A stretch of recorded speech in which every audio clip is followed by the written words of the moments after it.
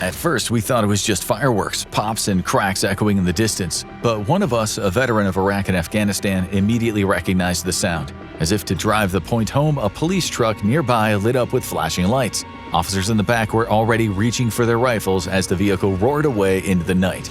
Running toward the sound of gunfire felt unnatural, but this was exactly why we were in Tijuana. It didn't take us long to catch up. Down a side street, police were already pushing bystanders back, their shouts cutting through the chaos. The body lay on its side, but where the lower jaw should have been, nothing. One of us with years of firearms experience took one look and made a grim assessment, a shotgun point blank right in the mouth. It wasn't a rare occurrence, it was routine, a scene that played out again and again, and exactly why we were here. This is the true story of our journey into the deadliest city in Mexico, where violence is relentless and an average of 7 people are murdered every single day. The trip began 2 days earlier just across the border in San Diego. 2 of us, current infographic staff, alongside a contact we were introduced to. For security reasons, everyone will be using pseudonyms. The world we were about to step into wasn't just dangerous, it was deadly, and we were here to see it firsthand. Jim, not his real name, is a longtime staff writer for the show, a veteran of the wars in Iraq and Afghanistan, and probably the only other person on staff crazy enough to take the trip. As for me, my experience comes from years of reporting on street gang culture, interviewing former gang members embedded with law enforcement, and seeing firsthand how violence plays out in the underworld.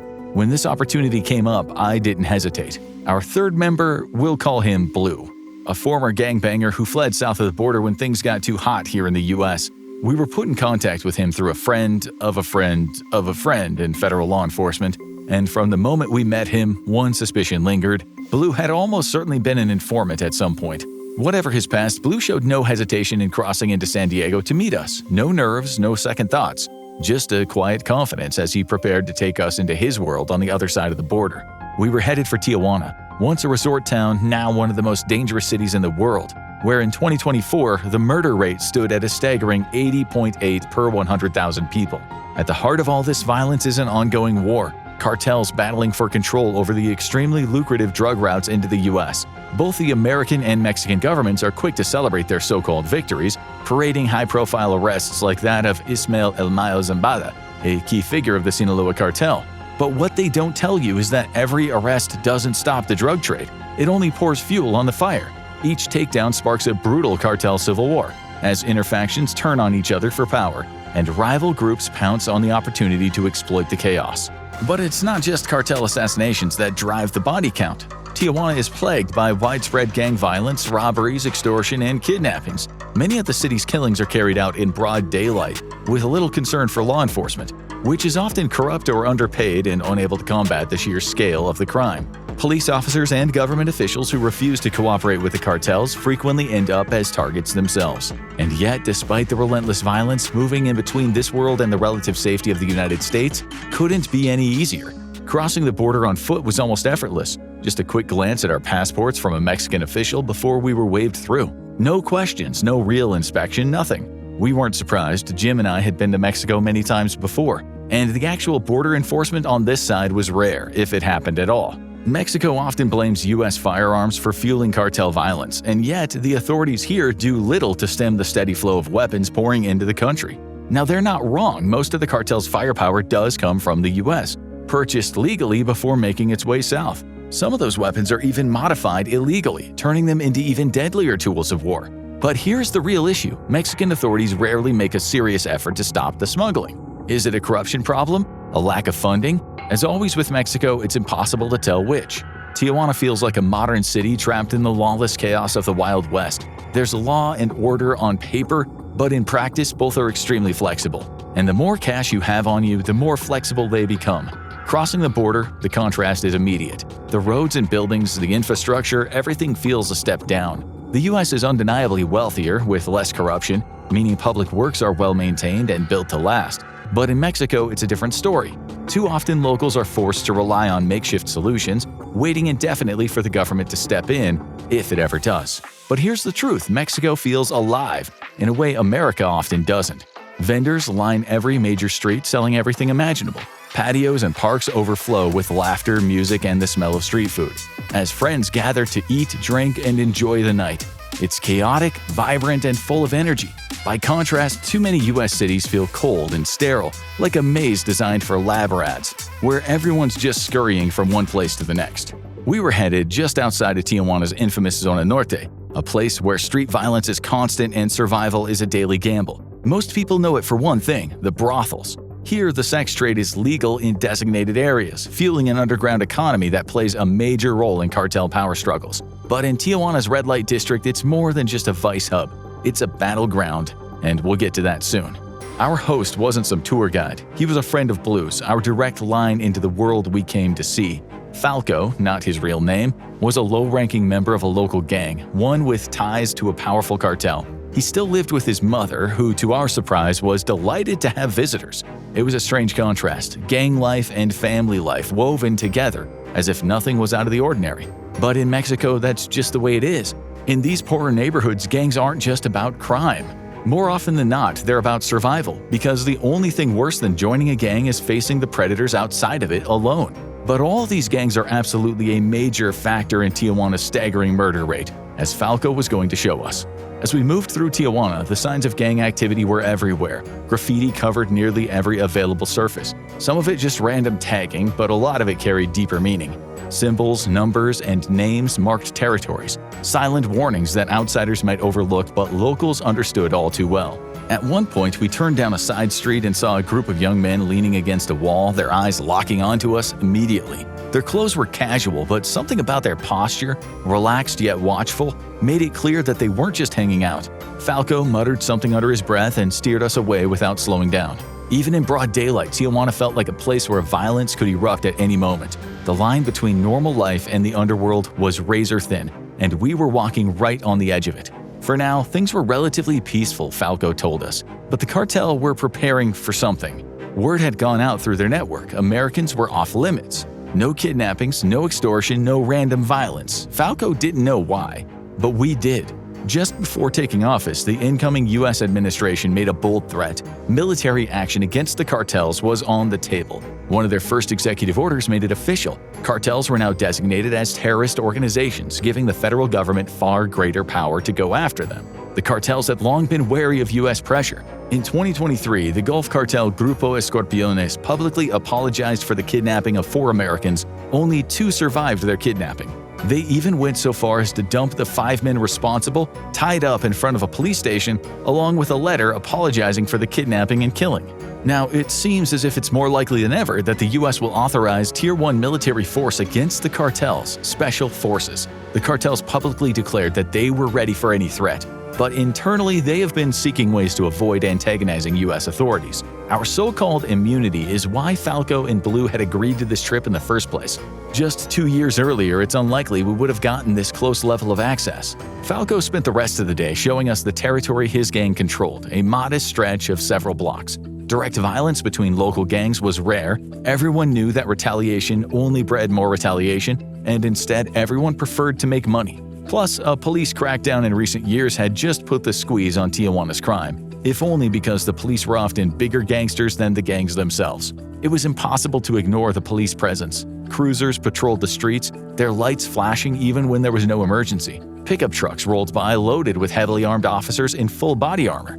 Assault rifles at the ready. Falco told us that everyone feared the police more than the gangs. We were skeptical, but later we had the chance to talk to regular civilians on our own, and they confirmed it without hesitation. The cops, they told us, were almost always worse than the gangs. In Tijuana, we were told there were 3 types of cops. The first were the good cops, honest men and women who still believed their duty to serve and protect. They existed, but they were rare. The second were the bought cops, the officers who had traded their badge for a paycheck from the cartels, enforcing the law only when it suited their employers. And then there were the dirty cops, the worst of them all. They weren't loyal to the law or the cartels, they were loyal only to themselves, and that made them the most dangerous. Complaints about Mexican cops, especially in Tijuana, are everywhere. Travel forums, social media, expat blogs, all filled with the same warnings. But the problem with dirty cops has gotten so bad that even the cartels had had enough. Up until recently, they outright declared war on them, and the bodies started piling up. In one case, the cartel executed 4 dirty cops for stealing from them. An unmistakable message that corruption has its limits even in Tijuana. But dirty cops don't just steal from cartels, they'll rob anyone. especially tourists. They'll invent fake fines, threaten you with arrest, or just outright demand cash. While cartels generally avoid harming Americans, for a dirty cop, a foreigner is an easy payday. Or something much worse. Tijuana's dirty cops aren't just a threat to tourists. They're just as dangerous, if not worse, to locals. Falco told us he'd been beaten by police twice, not for committing a crime but simply for looking suspicious. Both times they demanded he give up the location of drugs or guns. He refused because there was nothing to tell, but that didn't matter. One time he was just sitting on his own porch, another he was hanging out with friends on the street. Neither made a difference. Locals in Falco's neighborhood told us stories of police storming into homes, beating entire families along with their so-called suspects. That night, as we walked to dinner near Falco's house, we passed an alleyway marked off with faded yellow crime scene tape, a dark, dried blood stain spread across the pavement. No police, no investigation, just a quiet reminder of how quickly violence could come and go in this city, yet just a few blocks away, it was a completely different world. Falco and Blue took us to a large common area where locals had built their own cooking pits or brought barbecue grills. Tacos, fajitas, all kinds of dishes were available. Everyone paid the cooks a few pesos for a plate and then sat down at big communal tables to eat. The whole thing was kind of surreal. Here we were in one of the most dangerous areas of one of the most dangerous cities in the world, yet the whole neighborhood, it seemed, was out to share in dinner time together. There was a sense of community here that is missing from much of American life. Everyone we met was warm, welcoming, and eager to talk, something that had always been true in both mine and Jim's experiences in Mexico. And that's what makes it so perplexing, the stark contrast between its warmth and its violence. But we're not here to sugarcoat things. Mexico is dangerous, and we'd soon get to see that danger for ourselves. After dinner, Falco and Blue took us to a local trap house, in many ways no different than the American equivalent in any hood across the US. It didn't take long to spot the all-too-familiar lookout well away from the trap house itself. A teenage boy playing on a phone, but eyes constantly scanning the street. No doubt, on the other side of that street, a block or two in the opposite direction, was another lookout, and it didn't matter what gang you were in or where, these organizations always operated the same way out of necessity. From the outside, the trap house looked like any other home, plain, unremarkable, giving no hint of what went on inside. We weren't allowed past the living room. The back half of the house was strictly off-limits. Behind locked doors, operations were in full swing. So instead, we sat up front, chatting with Falco's Patron, his boss, a man who looked just over 50. El Patron, as we'll call him, was welcoming as anyone we'd met in Mexico. He was just a gracious host, making sure we had refreshments, engaging in casual conversation, while just behind him an armory of guns and a stash of hardcore drugs sat behind a locked door. There were 2 more men on the porch of the house, no doubt acting as guards, and 3 more men inside of the house with us. Yet there was not a gun in sight. I remarked as much to El Patron, telling him of my experiences with the gangs in Los Angeles, who seemed to show off their firepower on purpose. El Patron laughed. He said things were more civilized here. Cops were always looking for a reason to arrest you, and unlike the US, they would grab and frisk you at will. So instead, Falco later told us, when gangs were operating, they would keep the firepower stashed somewhere nearby that they could quickly run to and grab. An overturned barrel or a hole in the ground with a camouflaged carpet over it, things like that. El Patron assured us that thanks to the US, they were very well armed. I asked if I could see for myself. He chuckled, clearly amused by the request, but after a moment he agreed. With a turn of a key, the locked door behind him creaked open, revealing what had once been a bedroom. Now it was something else entirely, an armory. Rows of weapons lined the space, firearms that had no business being in civilian hands, brand new M4 rifles sat alongside older M16s. To my surprise, I even spotted what looked like M1 Garands, relics from another era, yet still deadly. Pistols of every caliber lined the shelves, and among them, something that truly stood out, a grenade launcher, complete with a stash of 40mm grenades. We asked El Patron where all this came from. He gave a simple answer: America. No wonder the US hadn't made a dent in the war on drugs. We weren't just the cartel's best customers, we were their arms dealers too. On the way back, we ran across a group of 4 men beating another man on the ground. Falco shrugged it off and told us to cross the street. In this neighborhood, nobody gets beat unless they deserved it, and nobody gets killed unless El Patron okayed it. In other parts of Tijuana, though Falco warned us, it was the Wild West. But not here. Here they had rules. But again, it reminded me that a lot of Mexico's crime is just groups of individuals banding together to provide for their families in an extremely economically impoverished area. The irony of the world's richest country being less than 2 miles away wasn't lost on me. Many young men with few other prospects are recruited into criminal organizations as low-level enforcers or drug runners, feeding into a cycle of violence. In Tijuana, death is often just another part of life, and for many, survival means staying out of the way. In 2018, 3 teenagers, 2 of them Americans, were found dead outside an apartment block in Tijuana. The boys had all been shot execution style, their bodies dumped there. Their bodies bore the signs of torture. It's not just violence that's prevalent in Tijuana. It's specifically torture that is commonplace and accompanies nearly all violence in Mexico. As unbelievable as it sounds, just across the border from the US, a country that prides itself on human rights, some of the most brutal torture imaginable takes place, and it happens with alarming regularity. One migrant who was captured by cartel members in the early 2010s told of being tortured with beatings and electric shocks. His captors demanded ransom from his impoverished family in Honduras, but it was opposing cartel members and anyone they suspected of collaborating that had it worse. According to the migrant, the captors would enter the room where the cartel prisoners were held, power tools in hand. One by one, they would carve away pieces of their bodies, not enough to kill them, just enough to make them suffer. And the process was methodical, stretching out over days. Each time they would return and take another piece, drawing out the agony for as long as possible. Only when their torment was complete were the victims finally killed. Their mutilated bodies were then set ablaze, reduced to nothing but ash on the mountainside. Blue shrugged his shoulders the next day as he drove us around town, and I asked him about the torture. It was a good way to get information. He also pointed out that it's not just the cartels or the gangs, the cops did it too. I know there's some truth to Blue's words. It's not uncommon to hear of Mexican police arresting people and taking them to safe houses instead of a police station. There, they engage in beatings and other forms of torture to extract information or confessions. The dirty cops do it to get at your drugs or money stash. Blue said especially the drugs. Many cartel members get paid in drugs, cheap to produce for the cartel, and they can be sold for a good profit. It also solves a major problem, cash flow.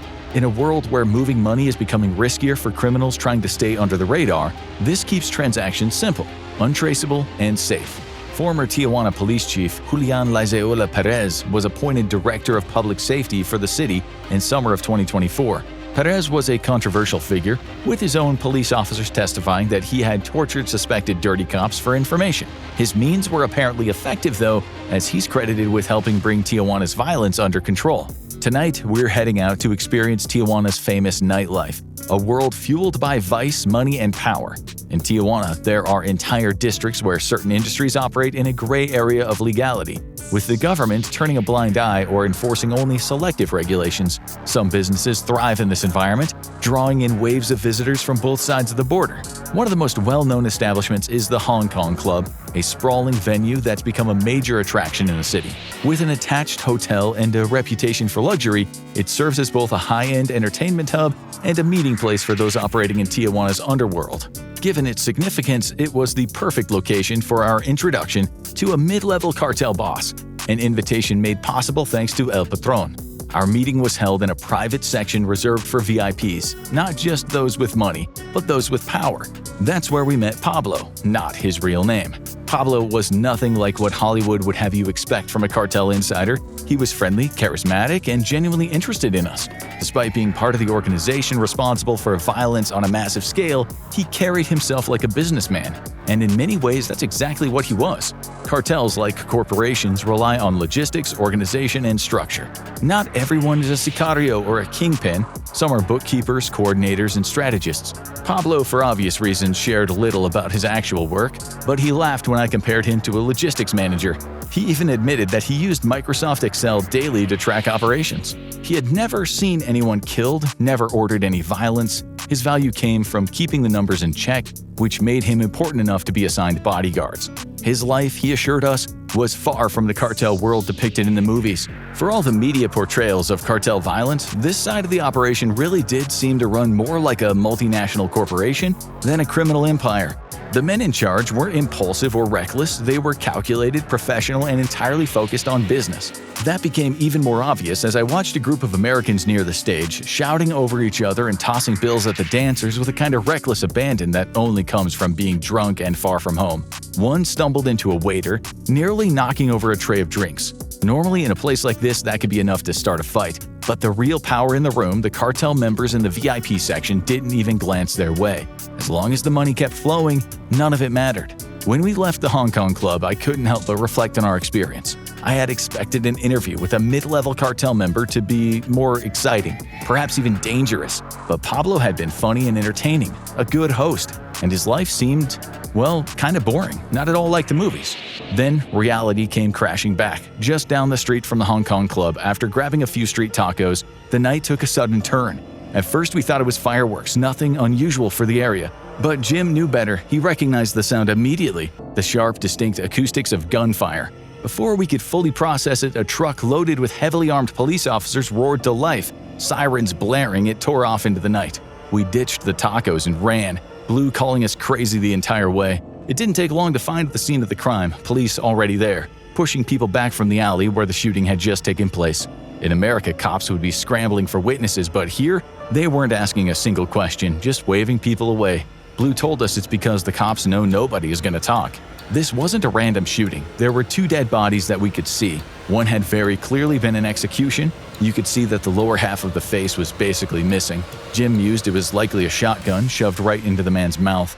Our view of the second body was blocked, and we decided to dip out before drawing too much police attention on ourselves. This was a stark reminder of Tijuana's true nature.